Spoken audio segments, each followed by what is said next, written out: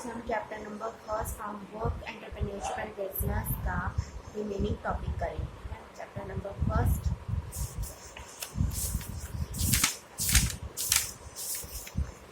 Entrepreneurship. पिछली video में हम इसके इंट्रोडक्शन, मीनिंग और डेफिनेशन कवर कर चुके हैं। आज हम इसके nature and characteristic of entrepreneurship cover करेंगे। Nature and characteristic of entrepreneurship. First point, economic activity. Entrepreneurship is basically an economic activity because it involves creation and operation of new enterprise. is economic activity. Economic activity क्या होता है? Economic activity वो activities होती है जिसमें profit and loss involve होता है, ठीक है, और रिस्क टेकिंग इन्वॉल्व होता है। ऐसे कहते हैं इकोनॉमिक एक्टिविटी, ठीक है। एंटरप्रेन्योरशिप इकोनॉमिक एक्टिविटी है because it involve creation and operation of new enterprise.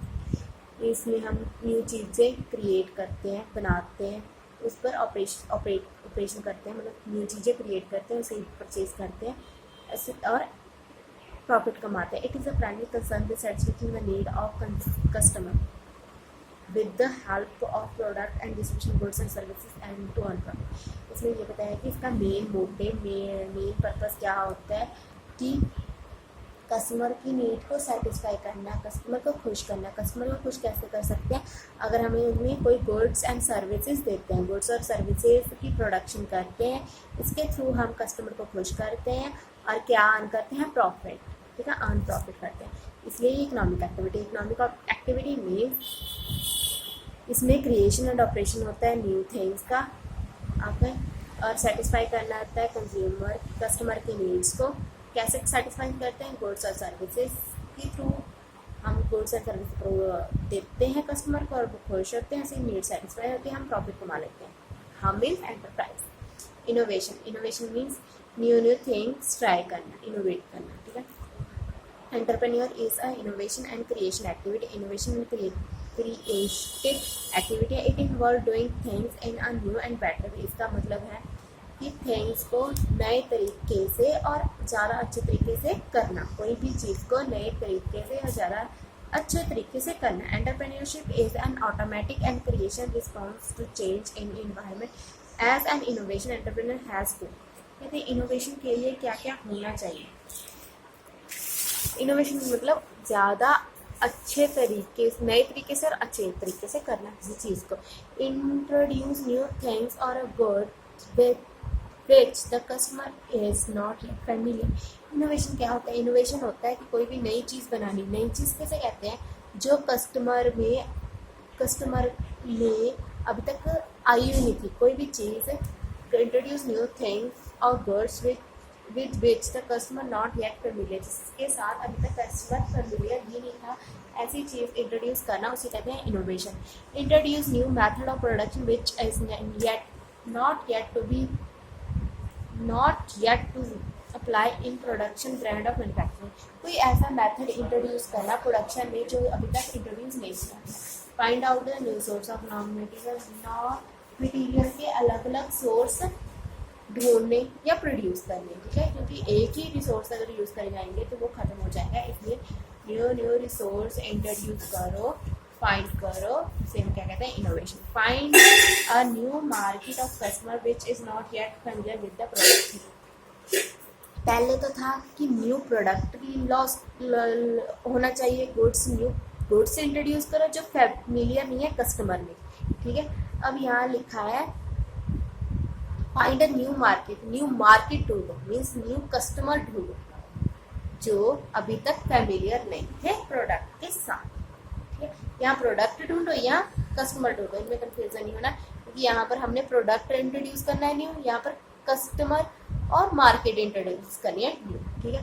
Decision making, next point है decision making activity of entrepreneur is one of the important feature of entrepreneur. Decision making बहुत ज़रूरी activity है entrepreneur की। Entrepreneur take decision regular regarding activity of enterprise. He decide about the type of the business to be done and the way of doing it।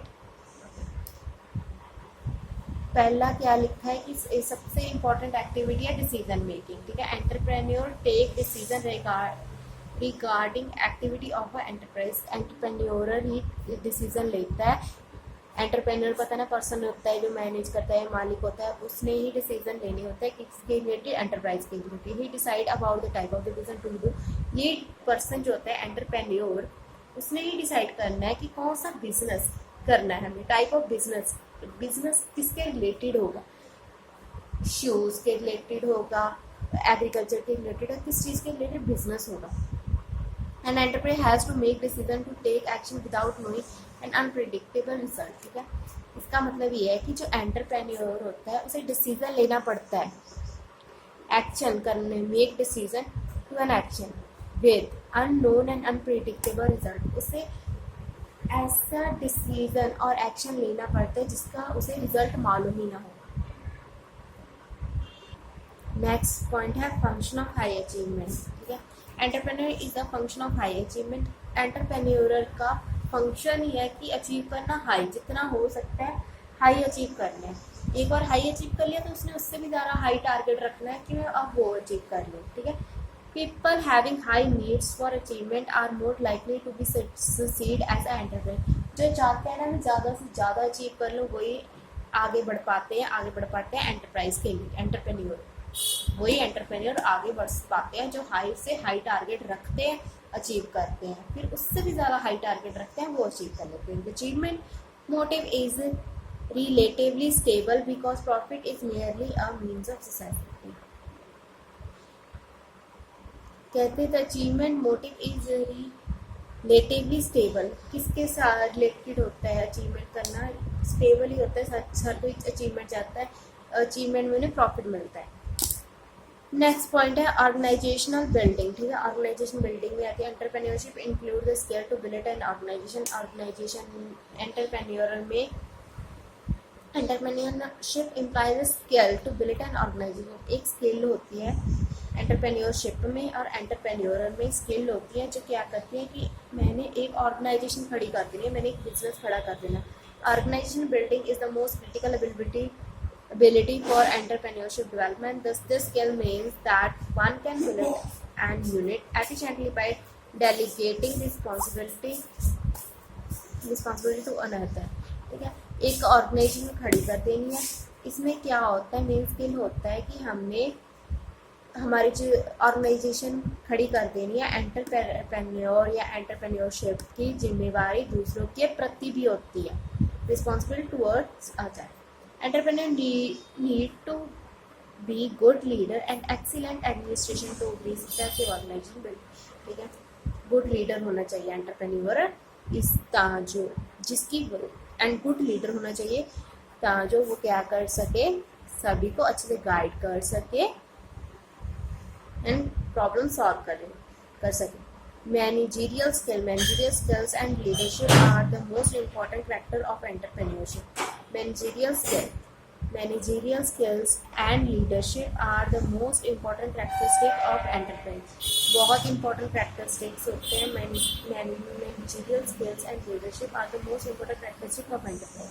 Managerial skills क्या होते हैं, किसी चीज़ को manage करने वाली स्किल, और लीडरशिप किसको लीड करना, किसको गाइड करना है, ये बहुत इंपॉर्टेंट स्किल होती है एंटरप्रेन्योरशिप में। एंटरप्रेन्योरशिप रिक्वायर्ड टैक्टफुल हैंडलिंग और various situation involve risk. Okay, बता देती हूँ, ये कह रहे हैं कि जो एंटरप्रेन्योर होता है उसके पास मैनेजरियल मैनेज करने वाली स्किल, लीडरशिप स्किल में लीड करने वाली, डायरेक्शन देने वाली स्किल होनी चाहिए।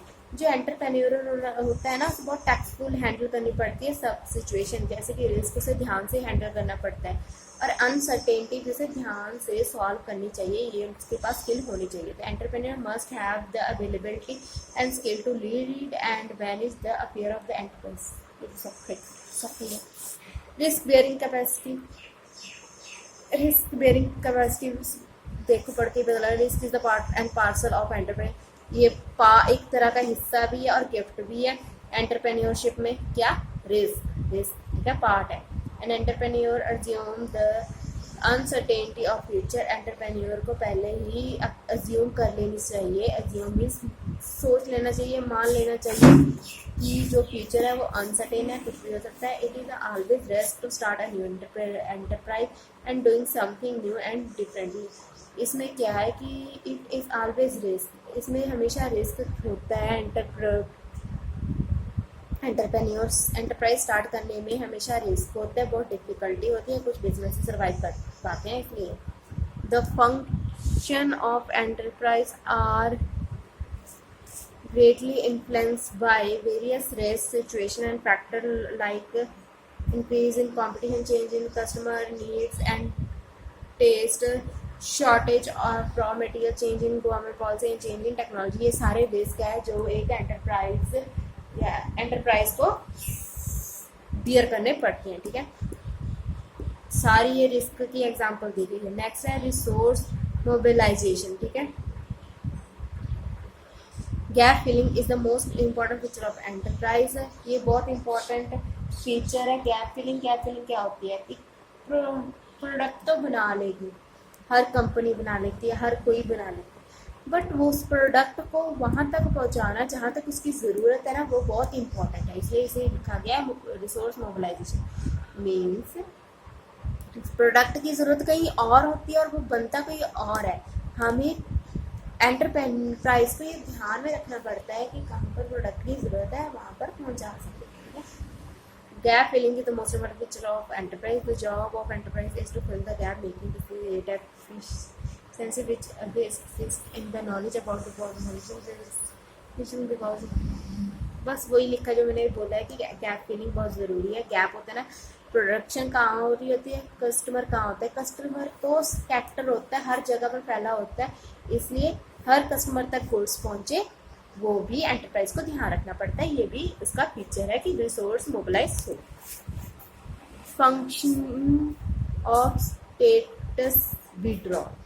An enterprise is a creative problem solving interesting in things in the practical and technical realm. He feels a sense of pleasure when facing a problem and tolerate disorder without discomfort।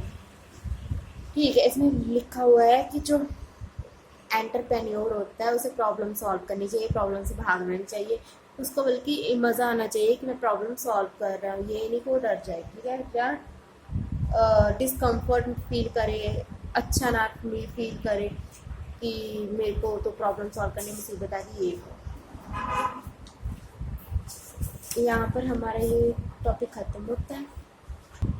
Next video बनाऊंगी, उसमें मैं objective of enterprise कराऊंगी। Entrepreneurship, objective of entrepreneurship, ये 5 types के होते हैं, आगे उनके फीचर बताए गए हैं। ये हम नेक्स्ट वीडियो में करेंगे बिकॉज ये वीडियो बहुत लंबी होगी, 13 मिनट के करीब पहुंच गई, तो ये अगली वीडियो में होगा। आज हमने सिर्फ नेचर कवर किया है, नेचर ऑफ एंटरप्रेन्योरशिप।